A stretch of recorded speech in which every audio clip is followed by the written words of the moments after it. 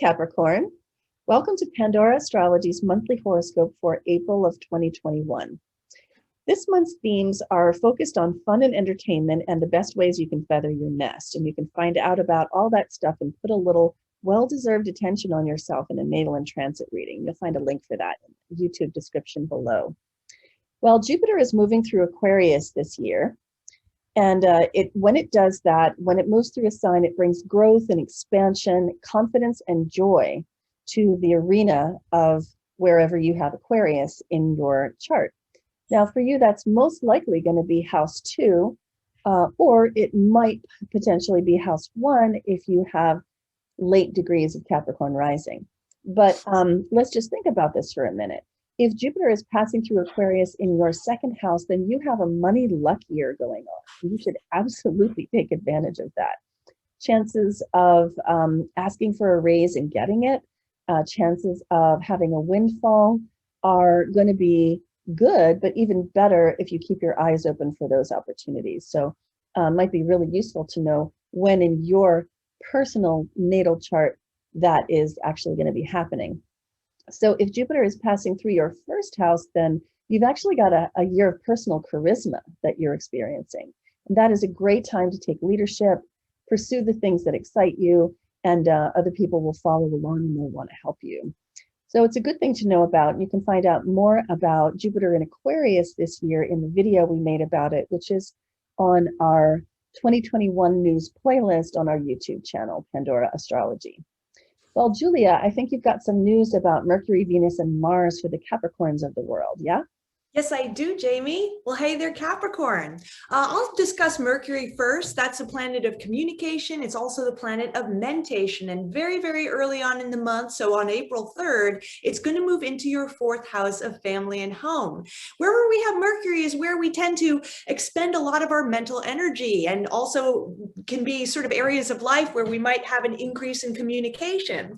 So since the 4th house is the house of family, you might spend this cycle really connecting a lot with your family members. Maybe your mom's calling you a lot more than she usually does. The 4th house also represents our housing situation. So this could also be a time where you're really kind of thinking and strategizing about what could make your home life more secure, more satisfying. Maybe you're thinking about where you would like to move next as well.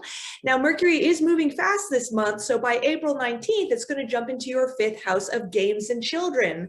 Mercury is a bit of a trickster planet. It definitely loves game playing. So in this household, you might want some more mental stimulation when Mercury transits here, because maybe you're more drawn to things like trivia or playing computer games or playing a board game with your child, for example. And since the 5th house is the house of children, this could be a cycle where you're spending a lot of time thinking about your kid and maybe connecting with them via communication as well. Then Venus, the planet of art, beauty, and relationships, begins the month also in your 4th house of family home. So she's adding some diplomacy to the communications you might be having with your family members, because remember, Mercury is in there too at the beginning of the month. And wherever we have Venus is where we experience more peace, more pleasure in our life. So your home life is going to be a source of support for you during this cycle too.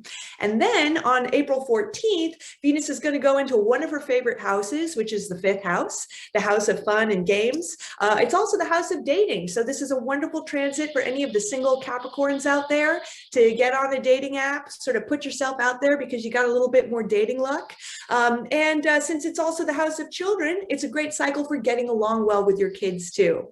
And then the final planet I'm going to talk about is Mars. It starts the month in the sign of Gemini, which is your 6th house. This is a work house as well as a health house. And wherever we have Mars is where we expend a lot of energy, sometimes where we can run into frustrations too.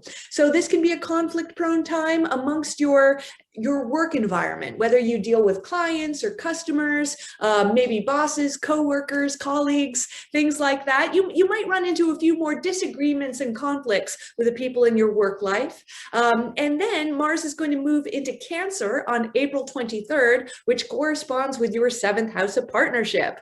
So Mars in this house can bring that conflict into the sphere of your own romantic relationships. That's one way of looking at this transit. The other way, a more positive way of looking at this transit is this could be a time of doing a lot of teamwork with your partner, you know, maybe getting through a lot of home projects together, or expending a lot of energy together on some sort of greater purpose too. Well, this month we're seeing a general procession through the sign of Aries and into the sign of Taurus, which covers your 4th and 5th houses. And Julia's been talking about this a lot. The 4th house being home and family, domestic life, heritage, and roots. The 5th house being fun, pleasure, play, creation, recreation, procreation, creative process, and product, including children. So a lot of these are the themes that are coming up. Now, earlier in the month, on April 11th, we have a new moon in Aries. And here you see the moon is in Aries with the sun here in your 4th house. We're calling this moon assertive, but also relatable because of its emphasis on fire and its emphasis on Mars. But also there's a lot of harmony and not a lot of stress with this moon.